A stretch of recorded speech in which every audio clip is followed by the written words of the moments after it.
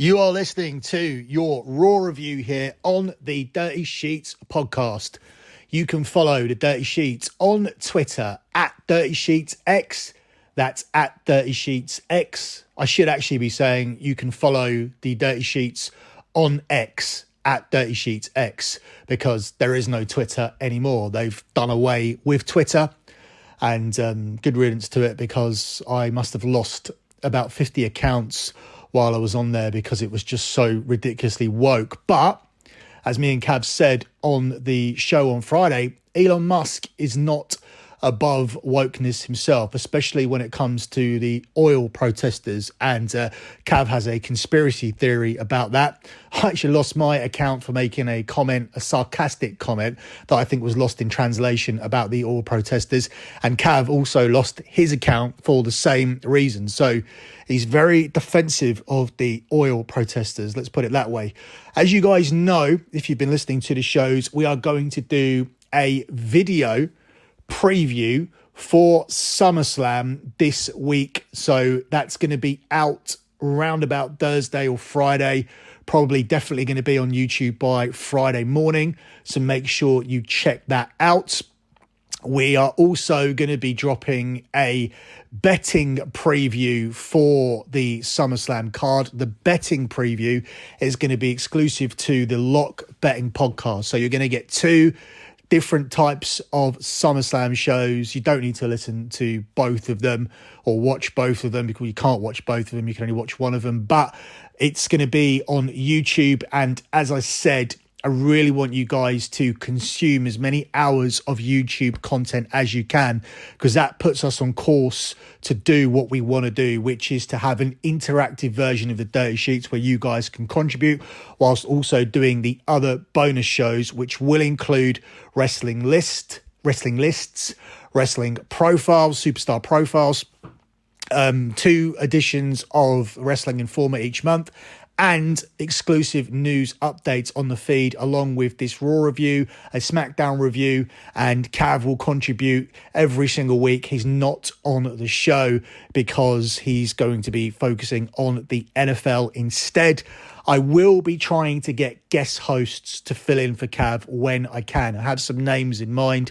I've spoken to some people. So on some weeks on YouTube, there will be a guest host doing the show with me. So at this point, let's move on to talking about Monday Night Raw. Before I do that, actually, there was a story out today about Logan Paul and his plans for SummerSlam on my Patreon, thedirtysheets.com. So if you want to get yourself an exclusive story on Logan Paul, that is available at thedirtysheets.com, and there will be an audio version of that story dropping on the Dirty Sheets podcast feed. You'll see it pop up in your feed, and in order to hear it, all you need to do is subscribe. That's what you're going to need to do to get all of the bonus podcasts. Some of them will be free. The Dirty Sheets will continue to be free every single week, so you're not going to be losing anything. The show that you know and love will still be free like it's always been, but there will be a subscription fee for the bonus shows. Most of the bonus shows, we are going to drop the occasional free show so you can sample it,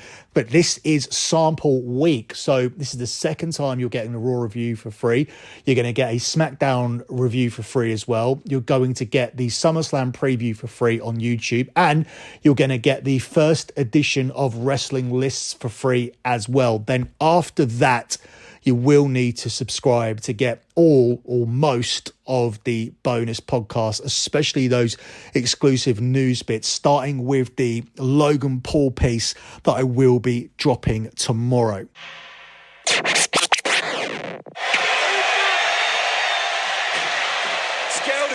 Kaiser out just in time. Oh, devastating kick. Running enziguri by Kaiser. And Gunther has given the order. DDT. Kaiser in the good graces of Gunther.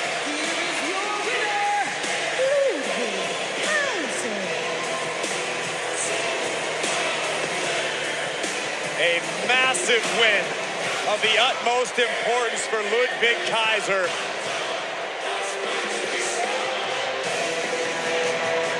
disappointment of the ring general served as a great motivator tonight.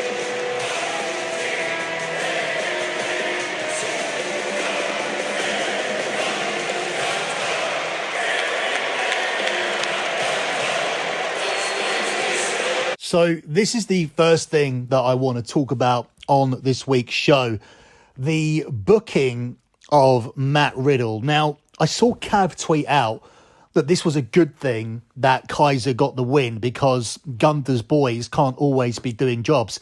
And yeah, that does make sense to some extent, but why would you do that to Matt Riddle? What does this mean for Matt Riddle? Matt Riddle has come back just after WrestleMania, and he hasn't really won a match. I'm trying to think when Matt Riddle beat anybody, and the fact that I have to think about it, surely he has, but the fact that I have to think about it and think hard about who he's won shows you how poor the booking has been. So there could be a reason for this, and it could simply be because of Matt Riddle's private life and the fact that they feel that he's a poor investment. But this is a company who are trying to draw money. This is a company who are trying to create stars. If you're going to have everybody being the same, if you're going to have everybody being cookie cutter, then how are you going to find the next big star? The best performers are the ones who are themselves, but are able to build and magnify that by turning up the voltage and magnifying that personality by 50%. That's how stars are made. They don't play completely different characters to themselves. Now, Matt Riddle obviously lives a little bit of a crazy lifestyle, and I believe that he's being punished for that. I believe he's being punished for what he does on Instagram, and I don't think his Instagram post today is going to help, where he's made a comment saying it's easier to win a real UFC fight than it is a WWE fight, and has posted a video of him easily winning a fight in UFC. Now, this could be part of some bigger storyline, or it just could be Matt Riddle speaking out against the company and having enough of the way he's being utilised. And I don't think this is a good utilisation of Matt Riddle. This isn't somebody who should be doing these jobs.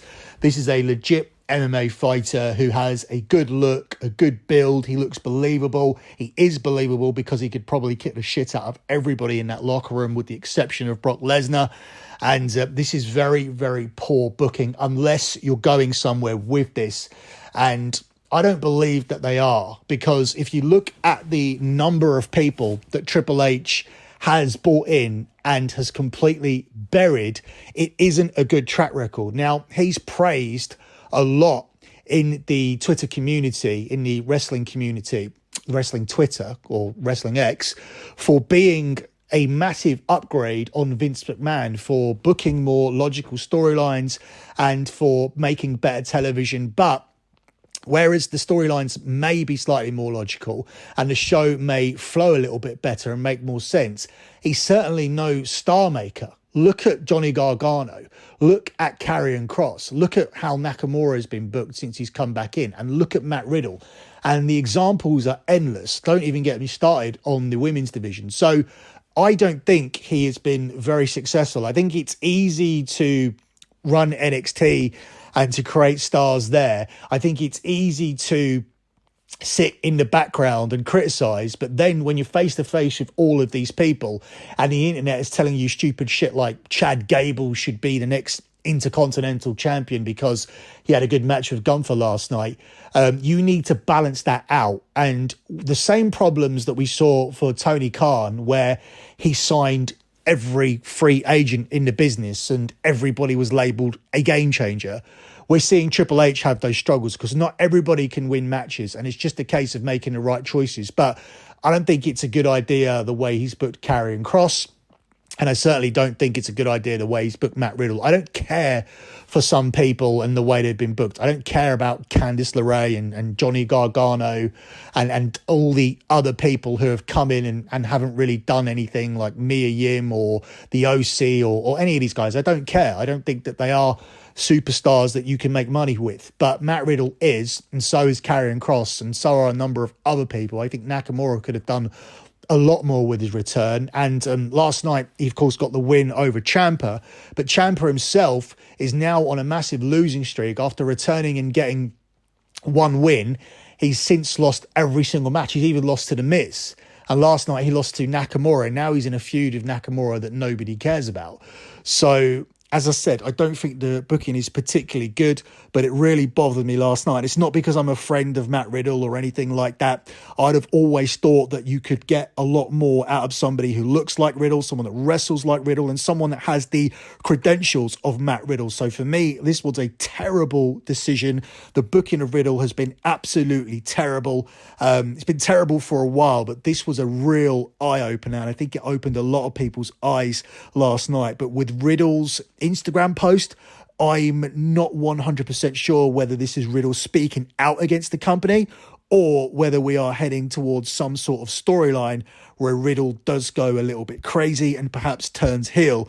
And that would probably be the best thing for him, because this surfer dude, stoner character is completely and utterly dead at this point.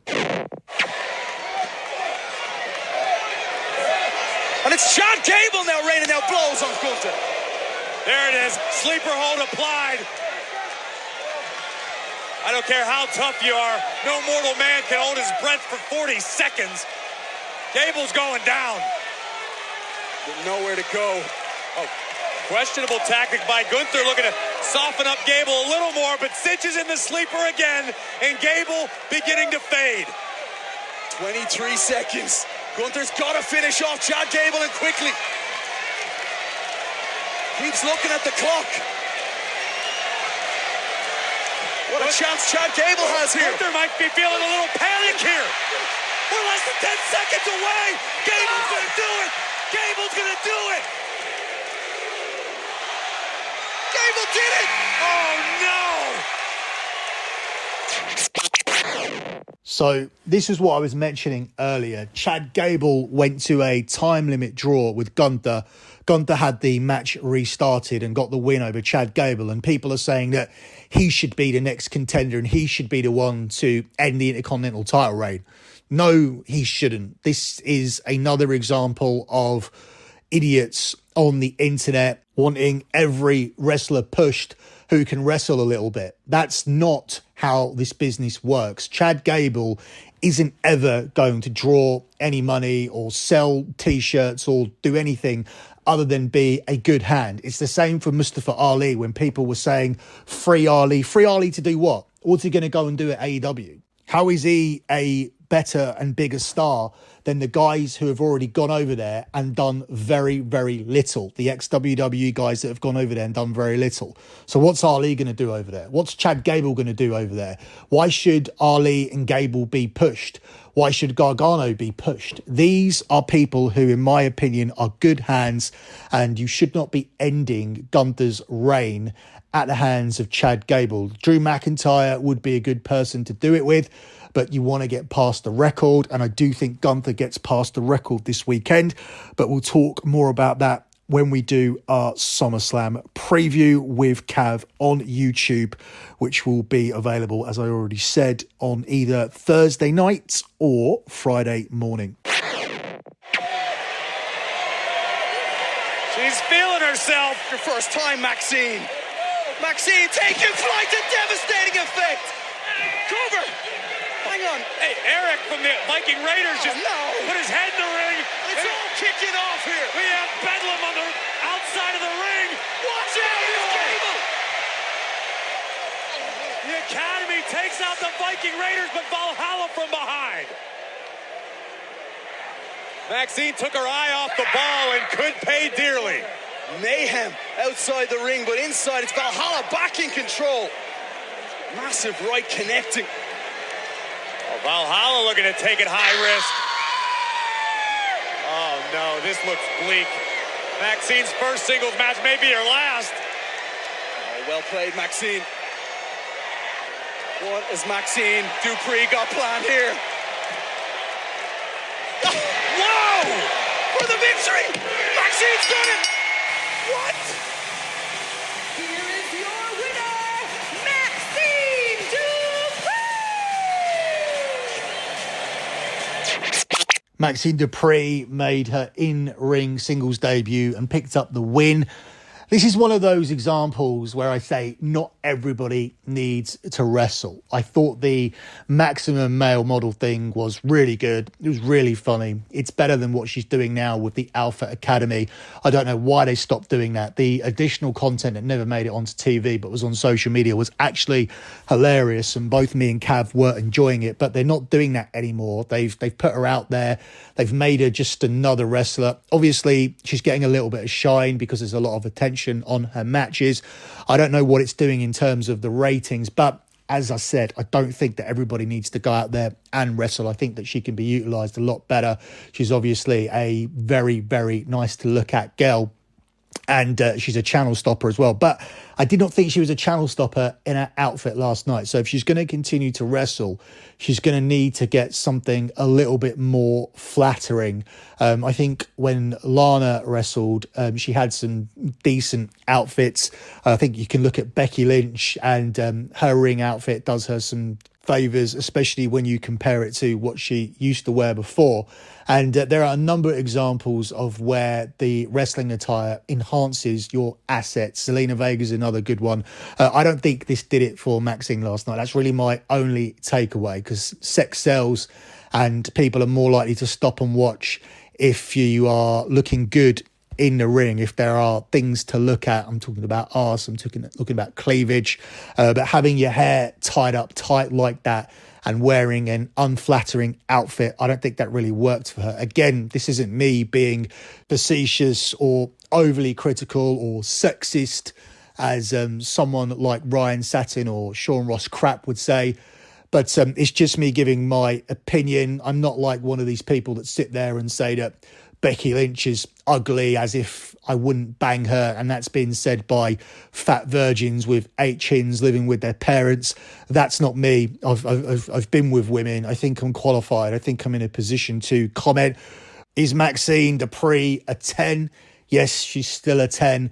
Would I allow someone to numb my foot and cut off my little toe just so I could bang her as a reward? Yes, I would let somebody do that because she is at that level.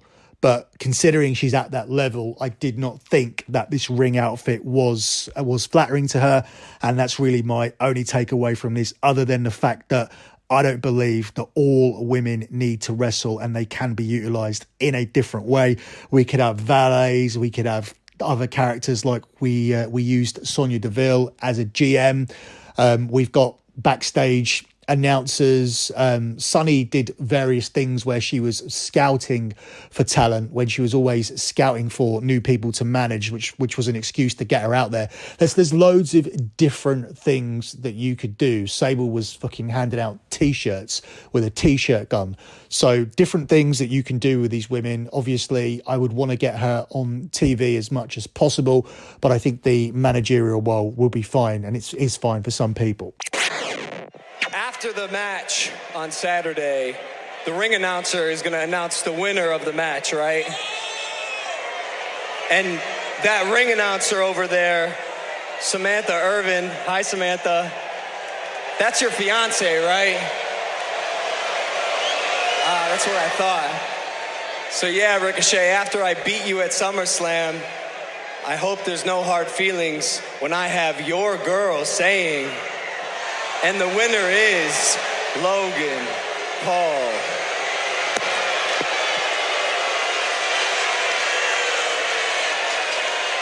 Logan Paul has no chill, and Ricochet has heard enough. To think that Logan Paul says he's the one being victimized. Oh, Paul turns the tables.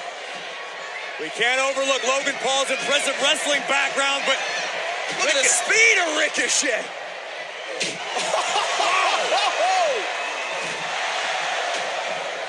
Logan can't keep up. For the first time in his life, Logan Paul may have met his physical match in Ricochet.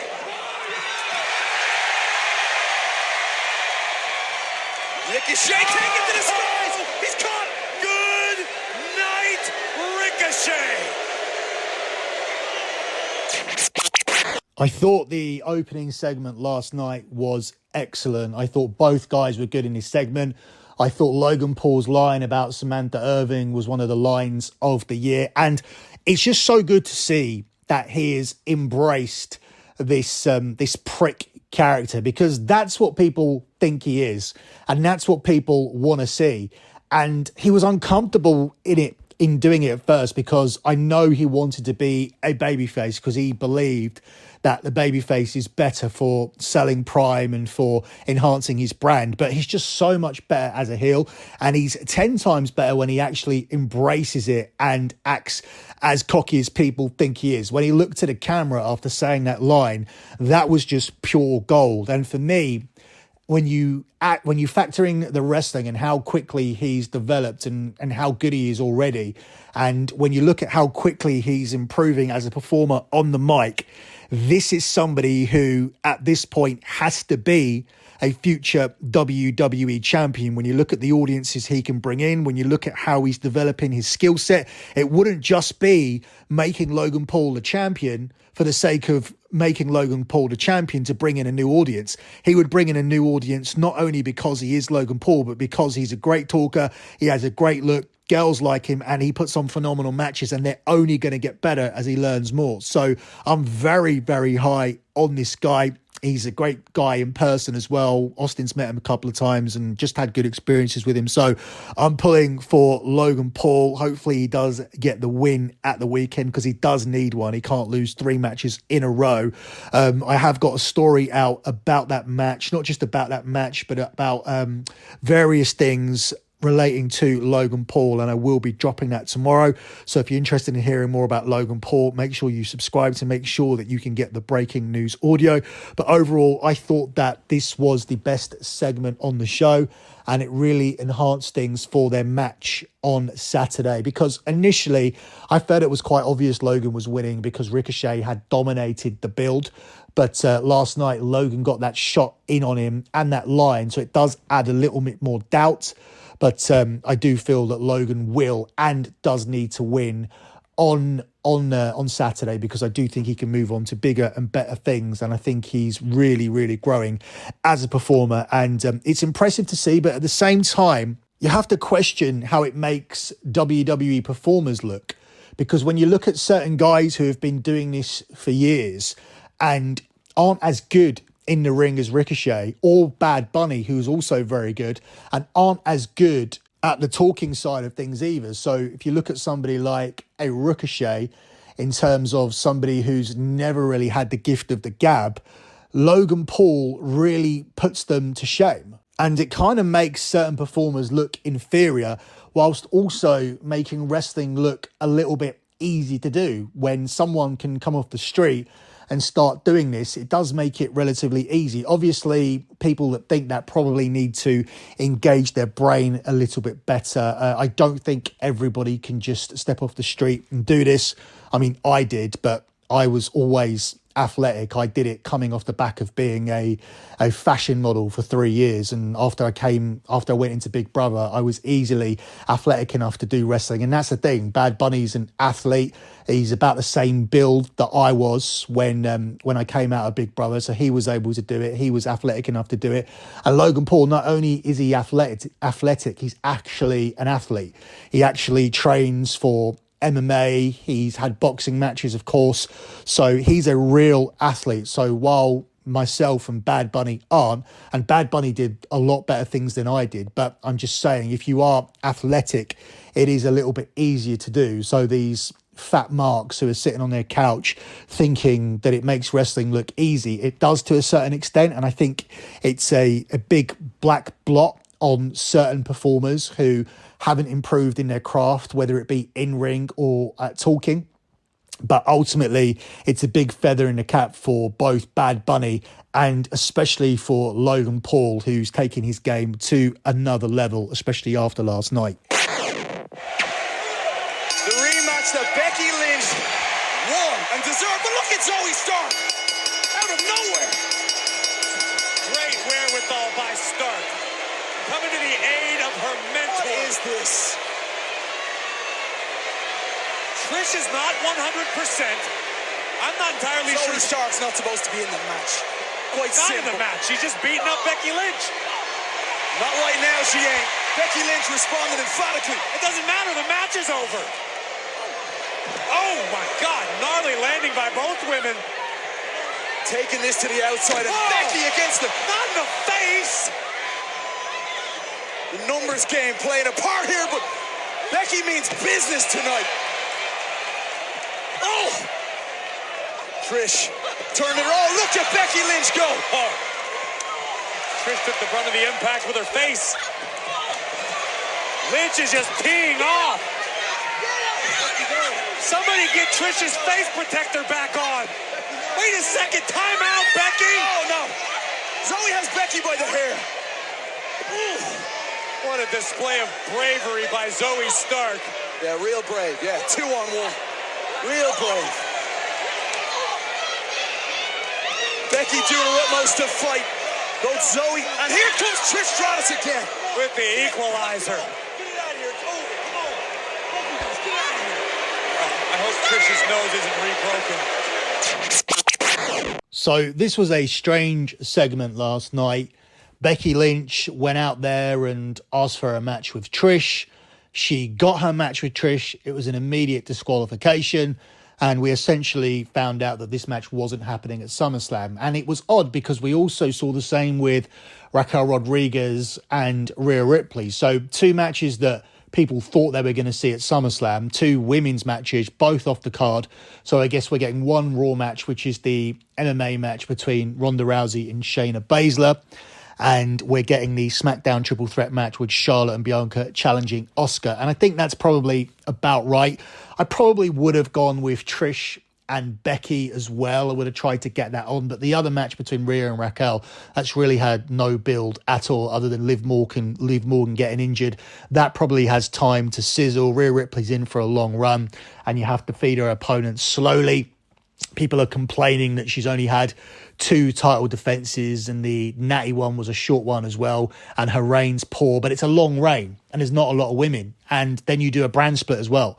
So what are you supposed to do? She's being utilised in the Judgment Day. She's on TV all of the time. They also had a talking segment on this show, so I wouldn't be complaining about the booking of Rhea Ripley. She is one of the people who's benefited under Triple H and is a star. And Becky and Trish, I guess, will either happen on Raw or it'll be saved for the Payback pay-per-view. But that was a weird development on the show. As for the Ronda and Shayna stuff, I thought that was some of the best stuff on the show. Now they suddenly know how to utilise Ronda Rousey because she's a real fighter. Now she's getting a real fight build-up. And we're getting a real story as to why these two are going to fight. This has actually been one of the best built-up matches. They've done a bad job in terms of defining who's a heel and who's a babyface because they both said heelish and babyface things. When Ronda's crying, that's a babyface. When Ronda's getting attacked by Shayna, she should be the babyface. But Shayna is the one who's getting cheered, and Shayna is the one who has a story about Ronda Rousey using her. So it's a bit confusing as to who's the heel and who's the baby. I don't think it will matter. I think Shayna's going to win that match and then she's going to be a heel afterwards anyway, unless she is a babyface who then has to be one of Rhea Ripley's opponents as Rhea Ripley just marches towards next year's WrestleMania. I don't know, but I do feel that has been the best built women's match. And if you had to pick one from Raw, that would have been the one, but I probably would have found room for Becky and Trish. But if the reason is that Payback's looking weak because the Bloodline and Roman Reigns aren't going to be involved in it, and perhaps you're going into that pay-per-view with maybe Damian Priest as a champion. I don't know what's going to happen at SummerSlam, but let's say that's the case. Or you have Rollins getting past Balor and not being cashed in on, but then not having a credible opponent for that pay-per-view, then perhaps you need to move over a match that has a solid build-up, and you have to move Rhea and Raquel over as well with a few more weeks added onto that in order to sell that pay-per-view as a viable pay-per-view, especially as the pay-per-views have been so hot. That one does seem like a little bit of a downer when you come out to SummerSlam with all these feuds dealt with Brock going away again, with Logan Paul probably going off television for a while, with Roman Reigns not doing it. It's going to be difficult to make that pay-per-view seem relevant. So maybe for that reason, it does make sense to move Becky and Trish to that show instead. Wait a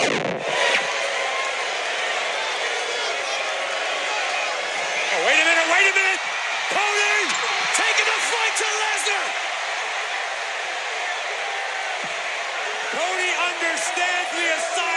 he is facing Saturday at SummerSlam. Rhodes trying to gain any semblance of an advantage before we get to Detroit, and it may have backfired spectacularly. Steel ring stairs directly to the face of the American Nightmare.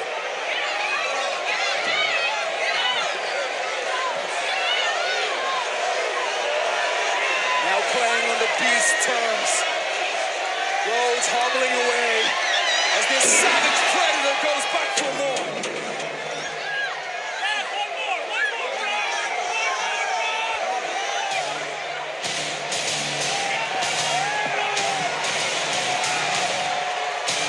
Again tonight in Houston, the Beast incarnate with the last laugh. Oh no, Brock's not done yet. Lesnar may not want Rhodes to make it to Detroit.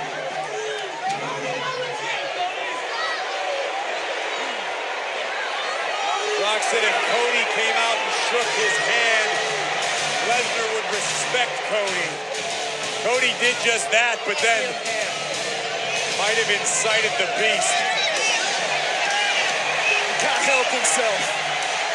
Cody, just stay down.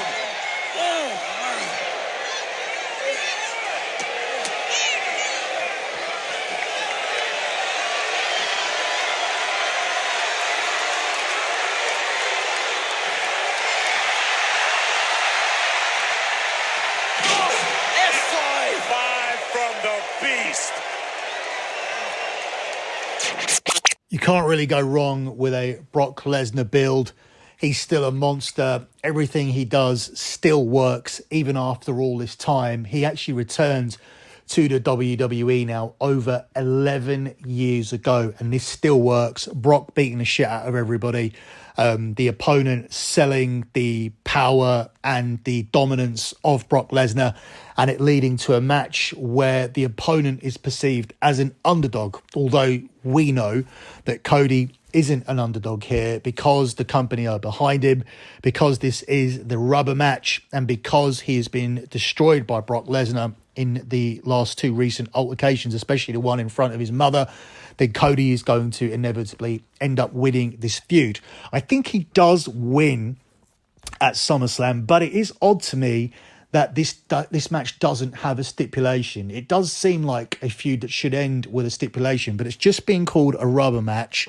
Obviously, we have Tribal Combat as the main event. That's the match that's going to have a stipulation. But does that leave the door open to do another match or maybe 5 matches? Do they go 2-2 and drag this all the way to Saudi or even to the Rumble? Because Cody needs shit to do up until the Royal Rumble or even up until WrestleMania. So perhaps they really drag this out. It's just surprising to me that they're not having any kind of gimmick match. Ultimately, I think with a ref bump, you can get that shit in, or you could just have a very, very physical match. But it is still surprising that this isn't some kind of gimmick match, maybe a last man standing or a Hell in a Cell with a last man standing as well. You can have Cody beat Brock Lesnar without Brock Lesnar actually being pinned. So Cody ends up winning the feud without Brock taking another pin, although he did lose a last man standing match exactly a year ago at this same pay-per-view. You could even make a case for Brock Lesnar actually being Mr. SummerSlam. I was running through Brock Lesnar's SummerSlam record and SummerSlam matches, and as I was looking through them, it's hard to make a case for anybody having a more relevant SummerSlam resume than Brock Lesnar. The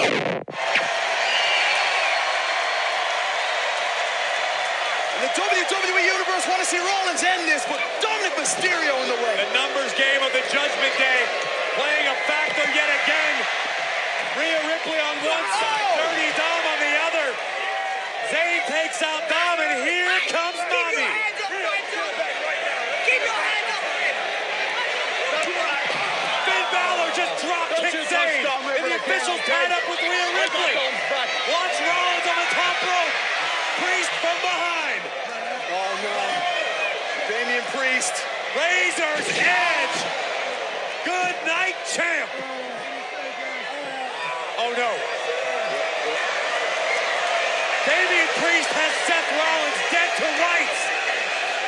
Priest wants the contract. Oh my God! Priest just told Balor It's gonna happen!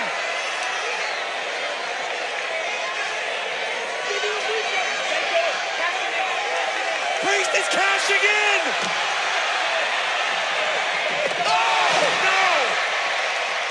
Rollins just in time! The cash-in was never made official. The briefcase to the face of Dirty Dom. Balor taking the eyes. Oh! Haluva kick. Stop! Rollins in for the cover for the victory. He's got it!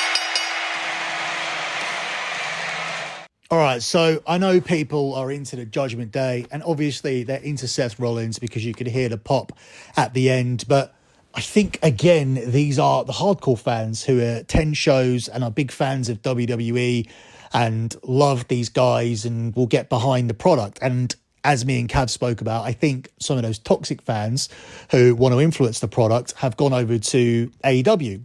But I'm not a fan of Seth Rollins, and other than when he cashed in his money in the bank back in 2015, I don't think he's had a noteworthy title reign.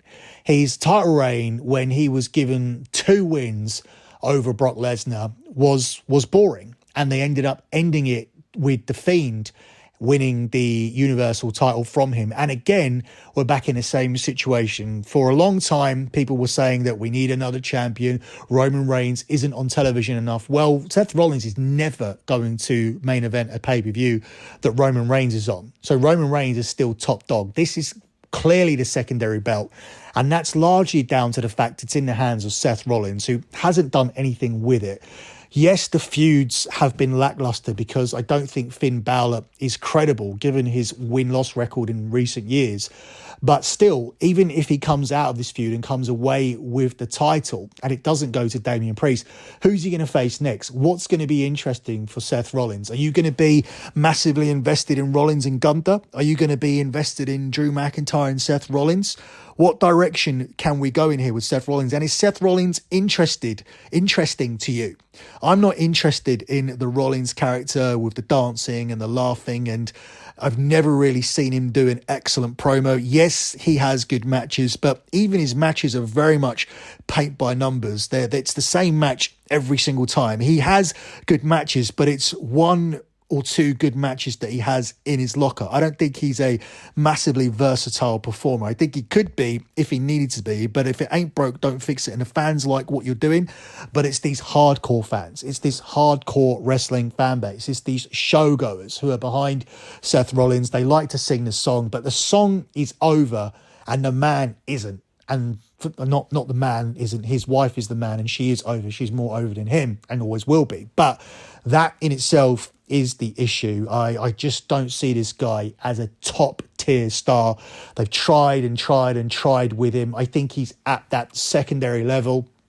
But unlike people like Drew McIntyre and Sheamus and other people that I saw at this secondary level, even John Moxley, who was Dean Ambrose in WWE, he was dropping down to the secondary level because they didn't see it in him. I've never seen it in Rollins. I've never seen him as being anyone who's better than a Dean Ambrose or anybody at that secondary level. These guys that never quite made it to the very top. When you're looking at the likes of a Chris Jericho, a Rob Van Dam, a Rey Mysterio, these second tier guys who are excellent. They're great guys to have on your roster, and they could even end up being in the all-time WWE top 100, maybe even the top 50, some of those names, when you're looking at Jericho, Rey Mysterio, and even a Seth Rollins. But he's not a top 20 guy. He's not that guy. He's not Hulk Hogan, Randy Savage, Ultimate Warrior, Andre the Giant, Bret Hart, Shawn Michaels, Roman Reigns, John Cena, The Rock, Stone Cold Steve Austin. He doesn't belong with those names. And I think they're trying to force it, and they really want this guy to be the guy, but he'll never be the guy when he's on the same show as Roman Reigns. And to me, he'll never be massively interesting as the number 1 draw on Monday Night Raw. If I was the WWE, and I'll reiterate this again, I would pull the plug on this. I would pull the plug on Cody having to beat Roman Reigns and making that finishing the story. And I would stop saying that in press conferences. And I would simply make winning a title finishing the story. If Cody has this title, it's not going to be equal to Roman's, but it certainly does elevate it if Cody gets a big WrestleMania win, even main eventing night 1 or even night 2. I mean, fuck, just put it on night 2 to make this belt seem equal to Roman's. We'll all know it isn't. And just have Roman beat Solo Sikoa in the main event of night 1. Just do something like that so that you can have Cody as a champion still without having a guy who's approaching 40 beating Roman Reigns and ending the best title reign of the modern era. You need to find that star.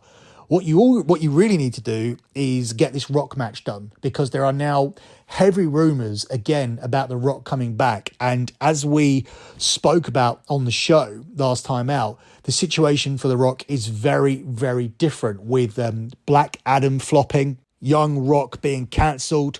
We've seen the XFL flop in the ratings as well. So he's had 3 losers and he needs a win.